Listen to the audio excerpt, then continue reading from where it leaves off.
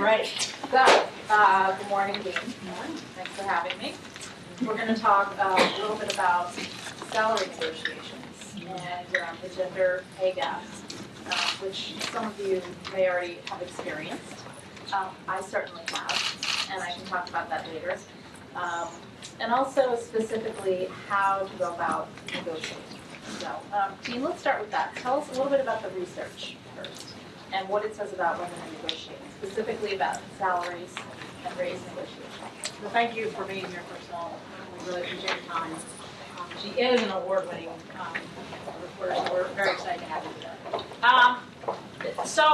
Basically, the research says that three things about women and negotiations, and women in salary negotiations in particular. One, women don't ask.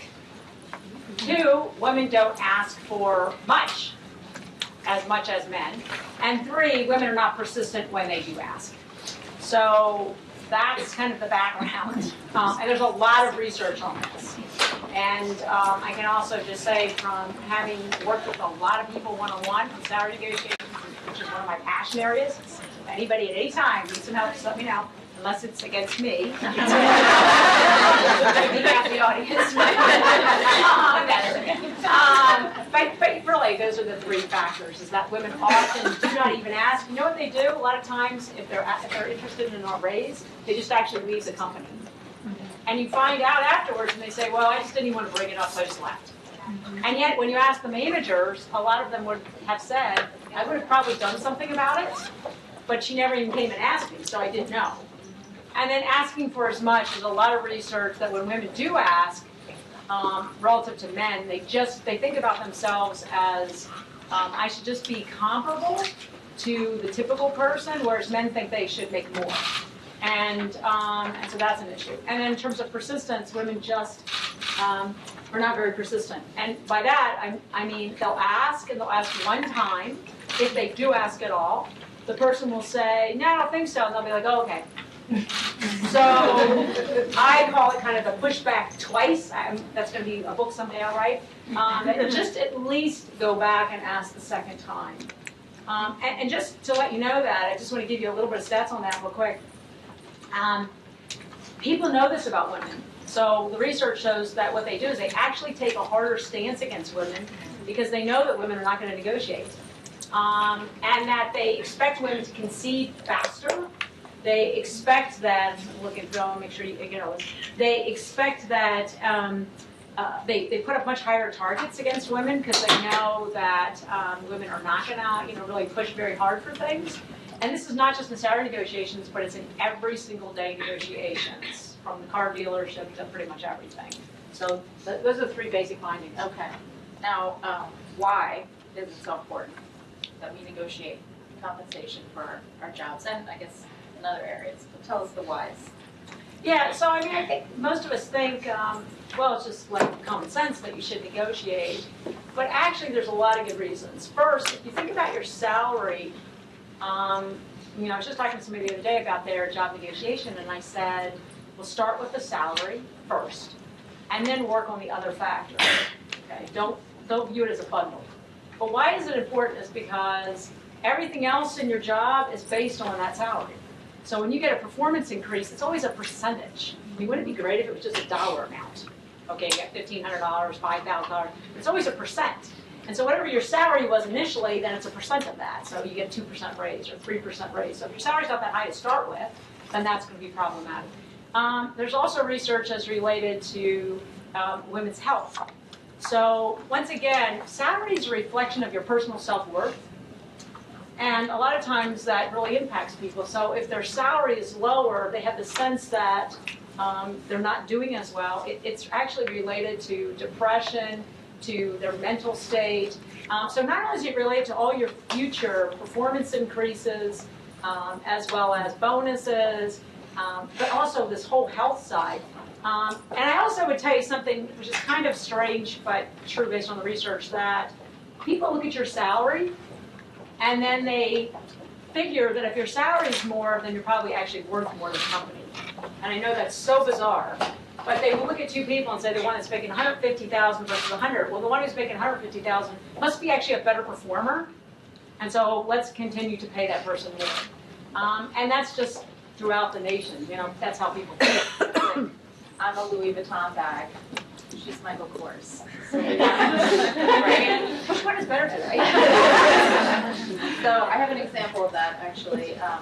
Yesterday, I had a conversation on the way out of the office with a young woman. She's 24. She works at the Inquirer. She'll remain nameless, but she's in the midst of doing a big project for the paper on Black History Month. And I said, when this is done, you need to go ask for your raise. And to your point, she said, well, I did ask and I got a bonus, but I didn't get a raise. And I said, no, you need to get the raise. You need the percentage step up because that's gonna raise everything. You don't just want the one-time bonus because that's a one-time thing. By the way, bonuses are taxed at 50%. So right off the top, you're losing half of that money. So I said, go back and get the raise. And you know what she said? The fact that they did that made me feel invisible. So to your point about depression, and she's young, not only is she young, but she's African American. This is her first job out of college, and she said, it makes me feel like they don't see me. And I said, okay, it's time, you need to go back in the batter's box. Like, it's time to start hitting again. So that's fabulous advice. I mean, just fabulous. And I just want to touch on the point that you made about the the salary increase versus the bonus issue. That's such an excellent point. A lot of times if you go into this negotiation and you have the bundle of salary, bonus, health care, vacation, car, whatever it is, your whole bundle of stuff. So remember, your perspective is you should really push hard for the salary first. Because if they give you the whole package right away, then it's easy for them to say, well, I'm going to give you that bonus, but we have great health care. Everybody always talks about that. Well, you might be a single person who doesn't really care that much about health care today, right? Or the retirement plan. Like, there's a lot of people that don't really care about that if they're just starting out. And so you have to say, and that's where we talk about practice, you have to be able to say, that's great, I'm really glad that you're going to be able to do those things, but let's talk about, it's really important for me to talk about the salary first. And you have to really focus on that. And you're right, they'll throw out the bonus thing, and I think you make an excellent point.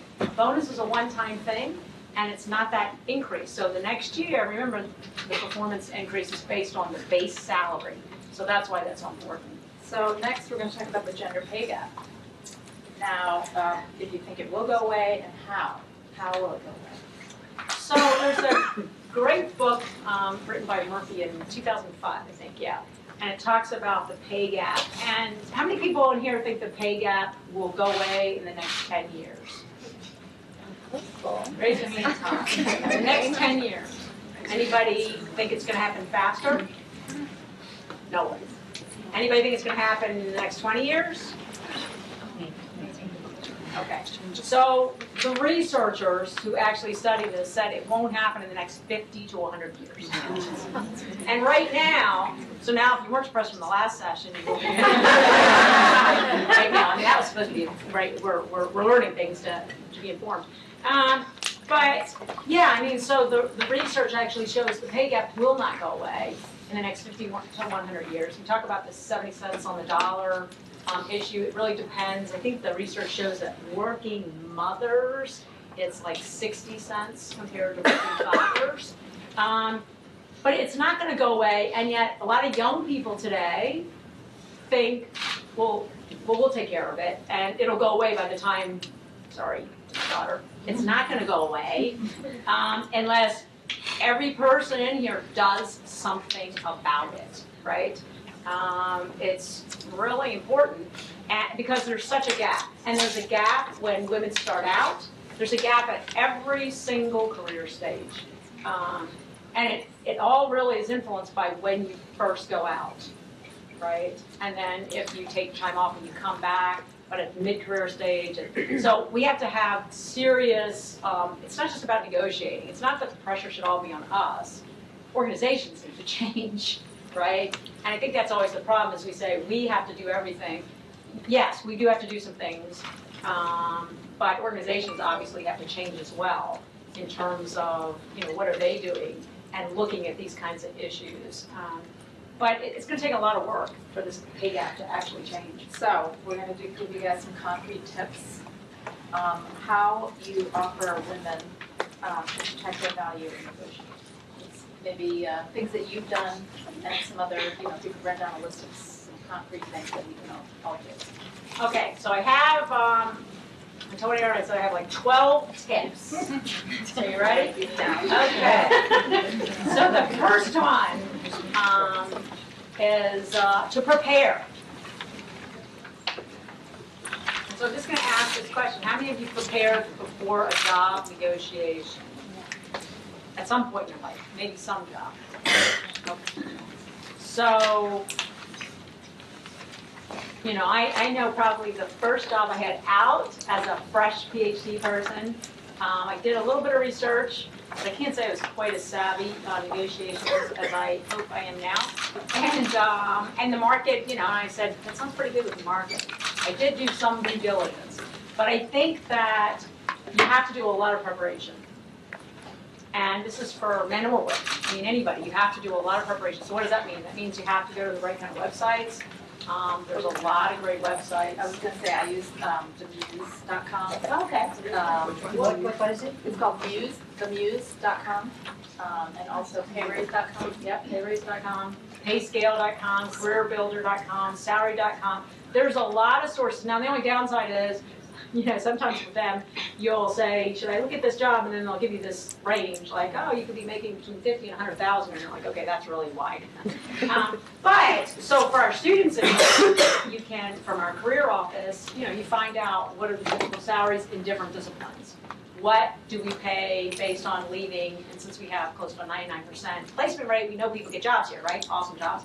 And so what's the typical salary for a person in analytics or for finance or for marketing? But that's what you want to find out is what does the external market say in terms of the salary as well as all the parts of it. Now, if you have a lot more experience, I didn't say you were older, but you have a lot more experience, then the issue is you can even get on, say, salary.com, and there's a part where you can put in all your information. You probably still have to pay for it. And it gives you a personalized sort of view of what are you worth. And that I've actually coached a lot of executives and very senior people where it's been very helpful because they found out that, okay, this is what they're worth in the marketplace. Clearly, if you're working on an advanced degree of some sort or certificate, and to your example with the person who just had a successful, just completed something successfully, yeah, those are the times when you want to go back in. So preparation is critical. That's probably 80% of your success. It's not about what you do when you get in the room. It's about all the work you did before you got in the room. Just like you would do that for a car. And if any of you are planning weddings, everything can be negotiated. So everything that you prep before you walk down the altar, right? Second thing, ask for more than you expect to get. Right? So remember, everybody believes that you're going to do this. So if you don't do it, and you think, well, I'm just giving them a fair offer, because I think this is fair, that I should get $75,000, right? They're going to think that you are asking for more. And so they're going to start moving down, right? So we call it your MPP, your maximum plausible position. Now, how would you know what that would be? It's based on the research. Just like if you go in and buy a mattress, you don't know, is that a good price? Is that not a good price? It's based on the research. They do that in home buying, too. Like when you Exactly. make a bid on a house, an apartment, or something, Yep. you always bid, they say 20 to 30% lower than you would actually pay. Exactly. Same thing. So it's either ask for more, ask for less. I mean, that's really critical, but it has to be plausible. If it's so extreme, that the job is sort of listed at 75 and you ask for 200, okay, not only do you take them off, you're waiting for the next job, right? And sometimes people do that because that's a hardball tactic. I will say that if you use an extreme offer, if you are successful, you will get more. But more than likely, you'll upset them so much that you won't be able to make something happen. So ask for more. Third thing I would say is, for women in particular, use an appropriate style. So people expect women to be friendly. And so if you're not friendly, you really need to work on that. And as it is friends, if you're friendly. Yes, but you do. They expect women to be sociable, to smile, to use head nodding. I just want you to understand, you can be tough and friendly, right? And so don't get those confused. So it is important, but a social style, and that also means, and you've probably seen this a lot too, you cannot be apologetic. Well, I'm sorry, I just wanted to ask for a little bit more money. You cannot do that. You cannot be tentative, apologetic, uncertain, or sorry about anything in this regard, okay? You have to be confident, and you have to use a friendly and approachable style. It's sort of like, see how we're sitting together, it's like, if I'm going for a race discussion, I want to sit next to you, and we're going to work on this problem together. And there's the problem over there, right? It's not us. But we have to work on it as if, and that's a woman's, that's a very good collaborative style. We're working, we're not like across from each other with a table between us. And by the way, so if you do go in for a race discussion, you never sit across from the person. Now, Kathy's going to do that when she comes and talks to me about races. Once a week. That's true, too. That could be why I have a round table in my office. So, yeah, you want to be sitting near the person because it's like the two of you are working together to make something happen, right? So that's a third point. Fourth is set higher goals. And I say this because when you go into a salary conversation for any negotiation, you always have two things in your head, and one weighs more than the other. One of them is, what do I want? That's my MPP, right? And one of them is, what can I just live by? That's called our resistance point. And so if you're thinking about salary, you may say, I want 100,000, but I could settle for 80. So if you walk into the conversation and think 80, then when they say 78, you'll be like, okay, that's close. But if you walk into the conversation and you think 100, and they say 78, you're going to be like, oh my God, that's so far away. I really have a lot of work to do here.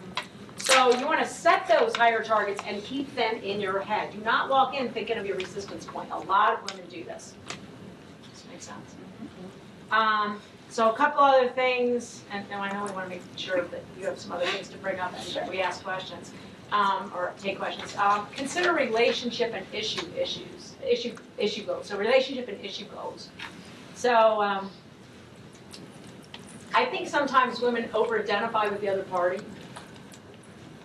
It's like you go in, and if you're in retail and you get them, now maybe we don't do it in retail, but if we were in retail and we said, oh, and can you throw in that extra shirt? You know, because you've already spent some time with them trying to buy something, right? I've had people say, well, you know, they spent like 2 hours with me. I started feeling guilty, so I just told them they didn't have to give me all that extra stuff. And I was thinking, oh my gosh, right? You don't have to over-identify, or they feel bad about asking because, like, the person I'm talking to, they're starting to look bad and they don't look happy. You can't do that. You can't over-identify with the other party, right? They can take care of themselves. If you're in a retail establishment, as an example, they're getting their markup, right? How many of you have worked in retail? I mean, you know they've got a percentage increase. They are going to get their money. You can knock the price down as much as you want, and they will not lose money on you. So same thing with the salary negotiation. Don't over-identify with the other person. I was thinking, Dean, like, for me as a reporter, when I see someone's getting tired after a couple of hours of interviews, that's their weakest point. That's when they're ready to agree to anything. And they're ready to do anything. They just want me to get the hell out. And, you know, that's to my advantage. And a lot of times people tell me things that they probably wouldn't tell me ordinarily because I've worn them down.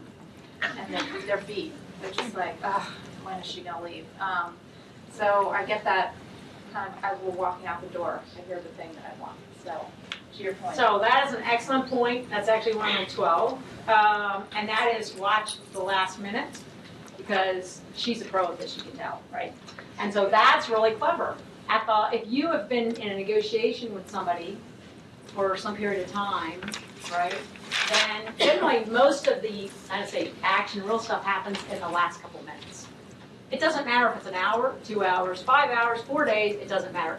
80% of the actual closure of it happens in the end of time, not in the beginning. That's all the setup.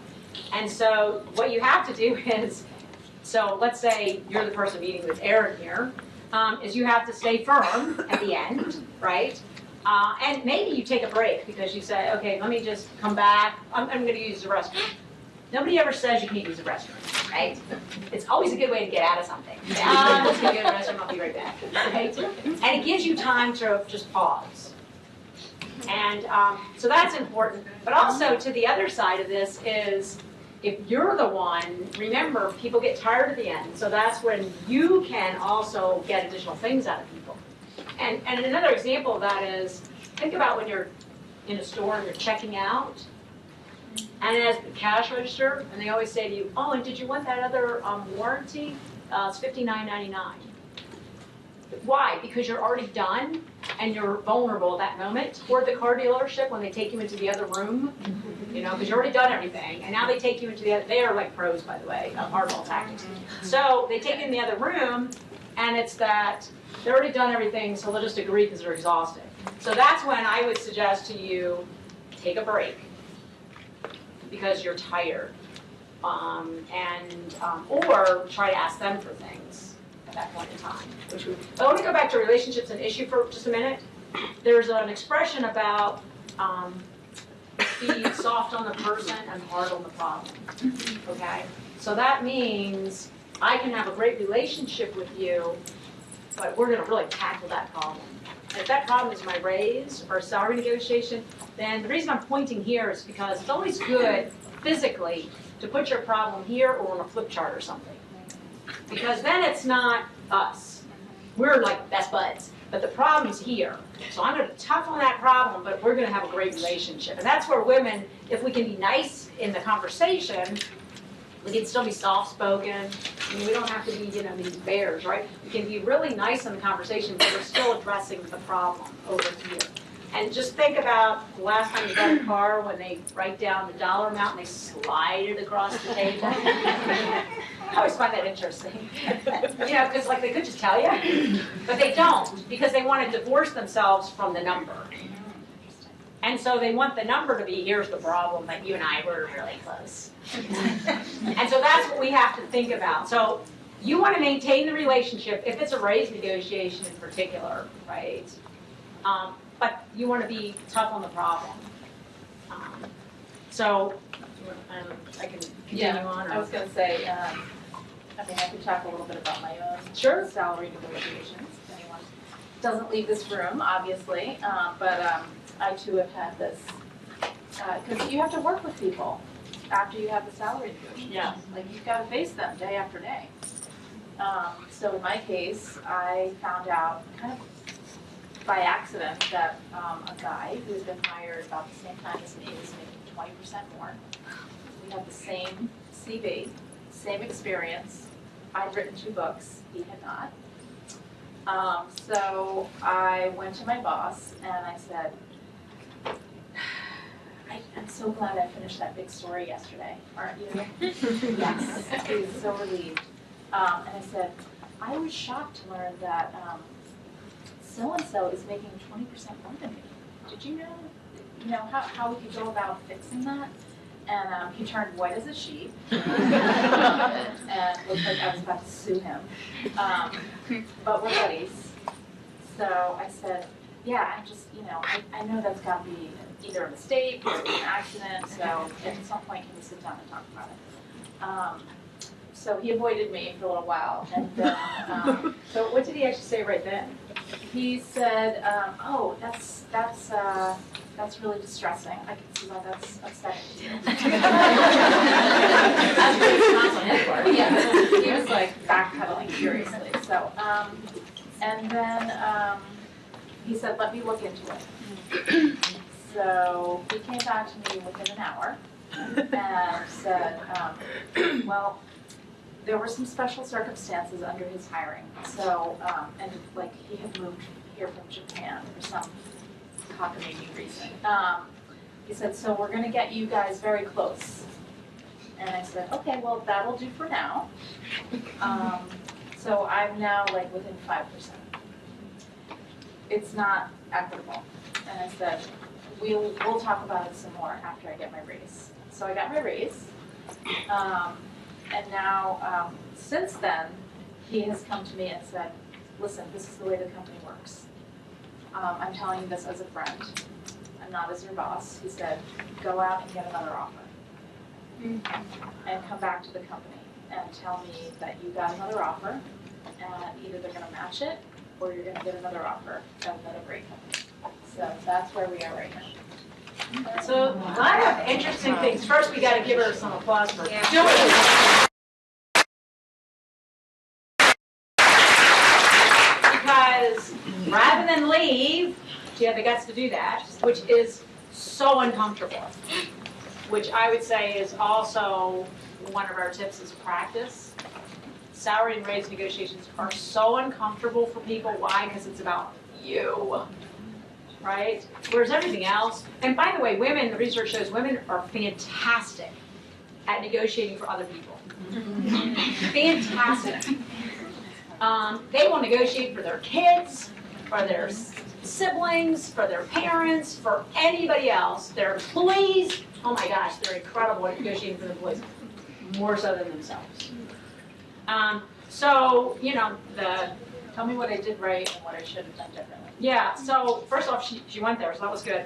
I think you always want to go into it. What was your BATNA? So that's another really important thing. Your BATNA, B-A-T-N-A, is your best alternative to a negotiated agreement. That's what it stands for, best alternative to a negotiated agreement. It's a common term in negotiations, and you all need to know, because you need it for every negotiation you're in, your BATNA. So what was your BATNA? Like when you went in there, what were you thinking if he couldn't do anything? So that would be your alternative. Because when you go into a race conversation, you need an alternative of what am I going to do? Like if he doesn't do this. What were you thinking? I start looking for a job. Okay. So I had to ask first to know where it's fit. So how attractive was that to you to look for a job? I didn't want to leave. Okay, so not very attractive. On a scale of 1 to 5, 5 being really attractive. I'd say a 2. Okay. So she goes into the conversation. Had you already looked at the market? Yes. Okay, so you had some ideas about your external worth anyway. Okay, so that's good. So raise conversation is really difficult. Salaries, just general job salaries, are a little bit easier in some respects because you get your internal market data. What do you think they're doing internally if you can get that data? But like if you've interned somewhere and you know the other interns, sometimes they'll share data. And you want to be friends with the other interns, and you can ask them. Why not? They may tell you. A lot of them do. Or you can get external data. Raise one is a little bit trickier. You actually had some internal information. But often I tell people, if you're looking for a raise, you should look at the external market. Like, what are you worth? So she already did that. And she had a sense of what she was worth. I assume it was comparable to what this person's extra 20% was. Okay. So then she had a sense of what was out there. But you really wanted to stay. I did want to stay. Yeah. Now, if I were willing to leave, which if I don't get X over the next, say, 6 months, then I will have reached my limit and say, I'm ready to start looking. I'm going to go get another offer. If I can get another offer and I can't get it matched, then I'll take it. So how, I mean, I would think given your really strong background that you would be fine to get another offer. You're not going to promise getting another offer. So you should feel confident about that part. It's just you really want to be there. So one of the things that she's pointing out is her willingness to walk. And she doesn't have high willingness to walk. I mean, she will, but I'm talking about you like you're not here. She said, yeah, I said, yeah. So, Be my coach. so she's talking about that. So her BATNA was, what do I do if I don't make something happen here? I will have to look. So you always have to think about what's my alternative. Her alternative, she said, was a 2 on a scale of 1 to 5. I think you should think about your alternative and rate yourself on how attractive it is. Okay?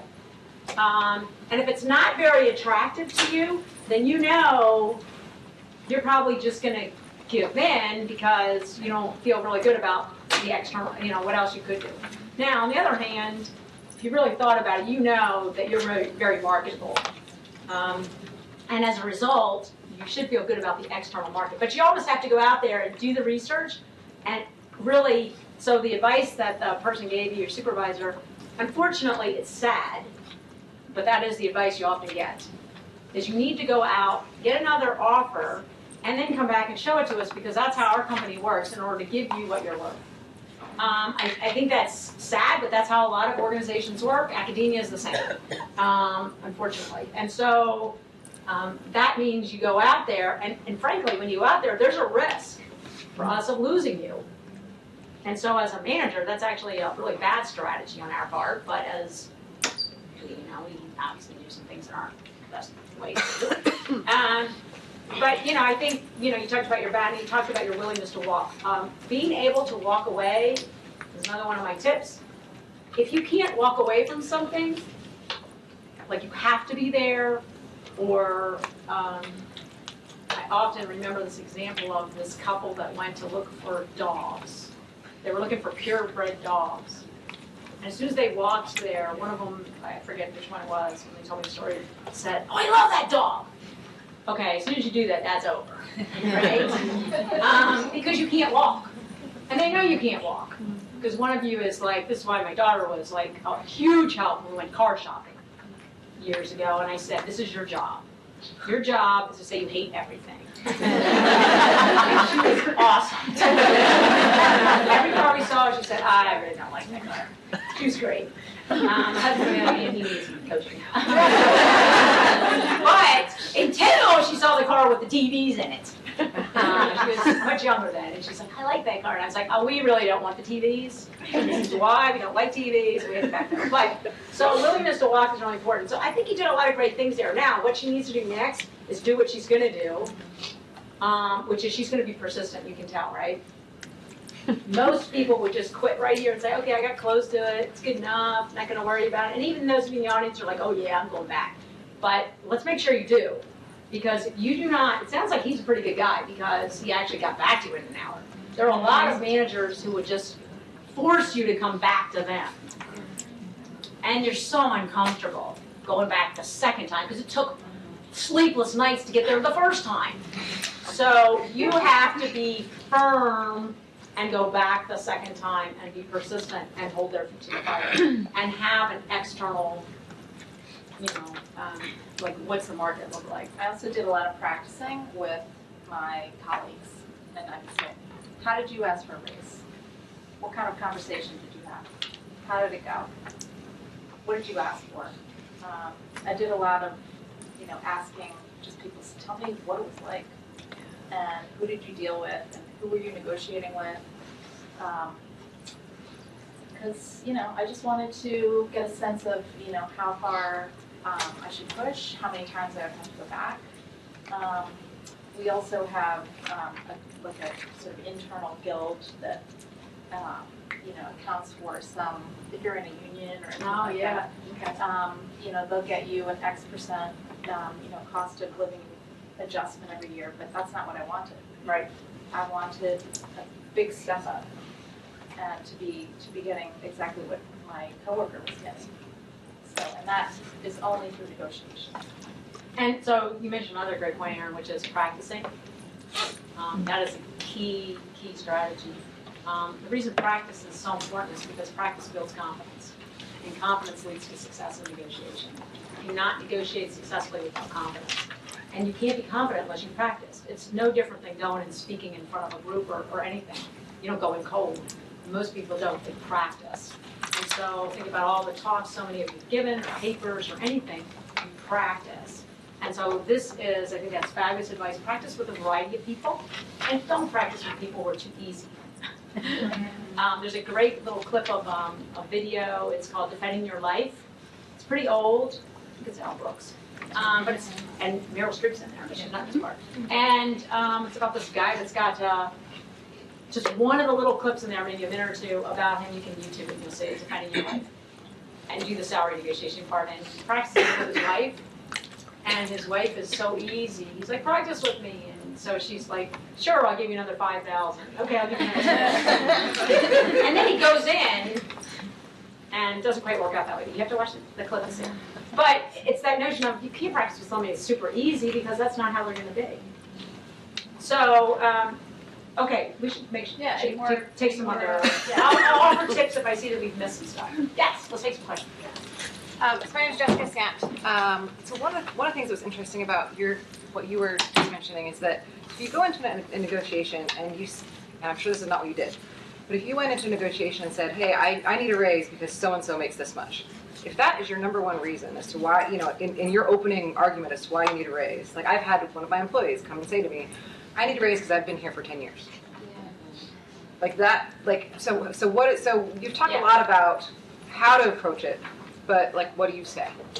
Yeah, that's a great point. I like people to script out and practice, not so that they're stick exactly to the script, but that they practice with obstacles. Because if you can role play with the HR manager or what the manager is going to say, then you're going to know they're going to say, so what? You know how they're going to do things. Or, oh yeah, sure, I'll look into it. And then you got to practice, going back to them again. The raise one, where I have people that will say, well, I'm going to ask for this job for $100,000.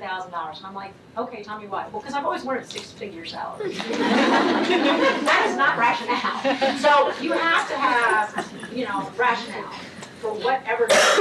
And it could be, so to your point, you have all this documentation, all these fabulous things she's done, plus the books she's written, the notoriety she's brought to the firm. And the other thing is, think about their bad luck. If the deal doesn't happen, if he doesn't give you what you wanted, what will he do? So he, in this case, a manager. What will the manager do? Wow. If you think about that, not that you throw that in their face, but if you think about that, you could say, what is that person going to do? They're going to have to replace you. And can they easily replace you? Of course, yes, we're all replaceable, but can they quickly replace her? She's written all these books, she's award-winning, she knows all these people out there, so it would be trickier. So they are thinking about that. So I think, yes, you have to sort of, if you're on a job, have a file folder that you're constantly updating with all your accomplishments. And make sure that you're showcasing this in front of your boss appropriately, right? Because they don't know all the things that you're doing. And you're your best advocate. Do not be thinking that they're just in their offices collecting data on you, so that they can help you get the raise, right? They're pretty busy. So I think that's a really good point. You have to have good rationale for whatever you ask for. I just want to make a little pitch. So the American Association of University Women has put together some wage negotiation workshops called Work Smart. And through the Women's Professional Network, we have a license for them here at Villanova. And we're having one on Sunday, February 23rd. Katina Sawyer, who works in our HRD department, is going to be the facilitator for that. And then I'm also going to be doing one down at the Free Library in Center City in the beginning of April. We usually do one or two every semester here. And let me tell you, it's all this and more, and it gives you great things. It's a wonderful workshop. And so if you get onto the Villanova Women's Professional Network website, you'll see the stuff for that. And we have them quite often. So the university has been great at buying the license so we can provide those, and the AAUW put them together. And we get a lot of alumni and people who come, and they're great. So I just want to put a plug in if you want to come to something that's very practical. It's great material. Yeah, and that's Dr. Cheryl Carlton, and she is the director of our Women's Professional Network on campus, heavily involved from the business school as well as other colleagues, and it's done a fantastic job. And so she's been very active, and so this is great that we're doing additional work. So thanks for sharing that. Oh yeah, I just thought it's really Absolutely. very practical. It's great. Yeah. Other questions or thoughts? Sure. I was wondering, how much negotiation power do you think we have as college graduates? A lot more than you think. And I think that's a great question. Sometimes, so here's a couple of things that you have to think about is, first off, you're women in business, and there's not that many of them, right? And if you're a woman in business who's also a student of color, there's not very many of you. All right, because we have very few in our programs, and that's something we're pushing to improve. But the marketplace knows that too. Employers know that. And so you have much more leverage than you think. If you're a woman in finance, you're a woman in analytics, but in any business area. The technology space, I mean, that's why this is so important. So you have more leverage than you think. And if you start to doubt yourself, please just come see me, because I will build up your confidence. Because you must. But go ahead, I yes. was going to say, Dean, so I talk to a lot of business people in the greater Philadelphia region. This is the main complaint that I hear in finance. We cannot attract enough young women. A guy from Lincoln Financial said, I'm 65 years old, I want to hand over my insurance business practice. Do Do you know any young women in finance who might want to take over my business? I can't find any. Any volunteers? You want to work with insurance, right? It sounds so boring. It's actually hugely profitable. Now do we have any volunteers? Yeah. So there are a lot of sectors like that, accounting, insurance, portfolio management, quantitative analysis. They're just so eager to get women into these professions. So. Yeah, and the other thing I would say is look at the company and their practices. Because if they're bringing in 20 people, they're probably going to try to keep the salaries about the same and the packages. I have had people that you start with the salary. If that doesn't change, you could look at getting an earlier review, not waiting a year, getting it in 6 months. You could look at the bonus. You could look at other facets, the signing bonus, right? So sometimes if you negotiate, it actually improves the other 20 people. Where they want, because they want it to be equitable. If you're in a one-off kind of job, like you're in marketing or management or something, and they hire like one person here, one person there, you actually have probably a little more leverage in some respects because they're not bringing in a whole class of people. So whenever they bring in a whole class for a rotation program or something, it's a little bit trickier. But still, I would say you may not be able to negotiate for everything, but you want to ask questions. You want to understand the salary. You want to understand all the facets of the salary and the package. And if you at least ask all those questions. And I would say that Erin's going to be so much more successful just because she had the conversation. Even if she didn't get everything she wants, her boss now knows she's going to be asking.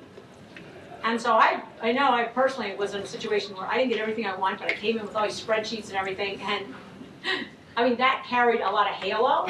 So in a previous organization, and so they said, oh, she's going to come in and negotiate. But the good news was they knew I would come in very prepared. And so they were prepared to have a conversation. And so I think you also show that you're more savvy, especially if you're coming out of business. They expect that you're going to ask questions. And if you don't, and if you're more experienced, like if you have an MBA or an executive MBA or something, and you don't, they potentially could rescind the offer. And I've had people say, well, I'm not even going to offer to this person because they're in a consulting job and they didn't even talk about the salary themselves. So how could they work with a client? So, just some things to think about. So you always at least ask questions. Can you help me understand how you arrived at the salary? I just want to understand a little bit more. Can you talk me through all the package? Don't ever accept anything if you don't understand it. And a lot of people walk out of a conversation and they're like, I'm not really sure how I'm going to get paid or how the compensation is going to work. You need to understand it. Only one more really Sure. quick question. Okay, so we'll go back over here because we haven't looked at this list. Yes. So I changed jobs about a little over a month ago, and I'm not even out of my 60-day period. And like listening to you, I feel like I'm already doing a lot of things right. Yay. Come negotiation time. But it's also a very small company, and like we don't even have like annual or semi-annual reviews. There's no like performance objectives or anything like that. And so I guess my question is like, how do I know, first of all, when the right time is to do something, and also even just bring up that topic of conversation with my manager, like how to get that started? Because you don't have reviews? Well, You have I mean, at our last job, she was with me. We just left. It was like very rigid, process driven. Like every 6 months, you have a review. Oh, right. This job is like the complete opposite for me.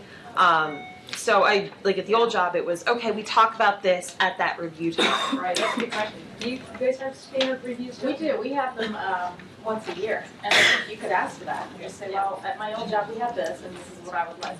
Okay. Yeah, I agree. I think that if you could do it after 6 months, this is in your best interest. Yeah. Because if you can start documenting your performance and then say, I'd like to have this conversation. Remember, sometimes we have to steer the conversation that other people are not comfortable, because most managers are not comfortable having this conversation. So we need to be as in control as possible to have the conversation and to steer and to prepare them for the conversation. So yeah, I totally agree. I'm an HR practitioner. Okay. So what I would say is, like, there's a 90-day milestone, Yeah. usually the first 3 months. I think that would be a good opportunity for you to say, how do you think things are going? This is how I think. Leave a comp out of that conversation, but then at least you get an indication on how you're being viewed for like maybe a 6-month a 9-month or a 12-month. That's great, thank you for sharing that. Thank you. I think we're pretty good Okay. with time. We just need to pick the raffle really quick. I'm just not sure what it's up to. Well, we'll be sticking around for a few minutes, so if people have additional questions, thank you all for being here.